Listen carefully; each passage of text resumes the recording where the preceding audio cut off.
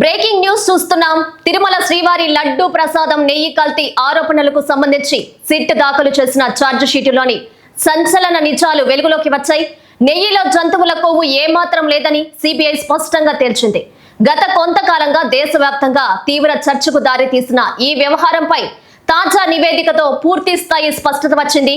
దీంతో ఈ వ్యవహారం తెలుగు రాష్ట్రాల్లో హాట్ టాపిక్ గా మారింది. కాగా టీటీడీకి సరఫరా చేసిన నెయ్యి నాణ్యతపై అనుమానాలు వ్యక్తమవడంతో ఈ అంశం రాజకీయంగా, సామాజికంగా తీవ్ర దుమారం రేపింది. భక్తుల మనోభావాలు దెబ్బతినే అవకాశం ఉండడంతో ప్రభుత్వం ఈ వ్యవహారాన్ని సీరియస్ గా తీసుకొని సిబిఐకి అప్పగించింది. సిబిఐ లోతైన స్థాయిలో దర్యాప్తు చేపట్టి నిజ నిజాలను వెలికితీసే ప్రయత్నం చేసింది. విచారణలో భాగంగా సిబిఐ గుజరాత్ లోని నేషనల్ డైరీ డెవలప్మెంట్ బోర్డును ఆశ్రయించింది.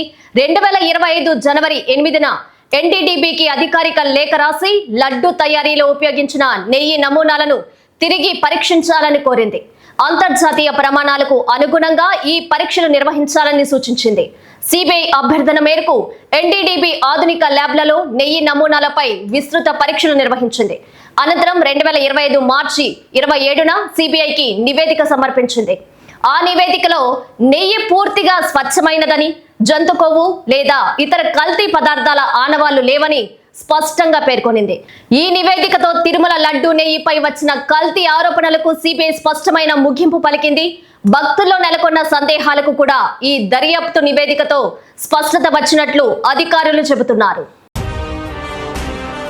ప్రతిభకు పురస్కారం.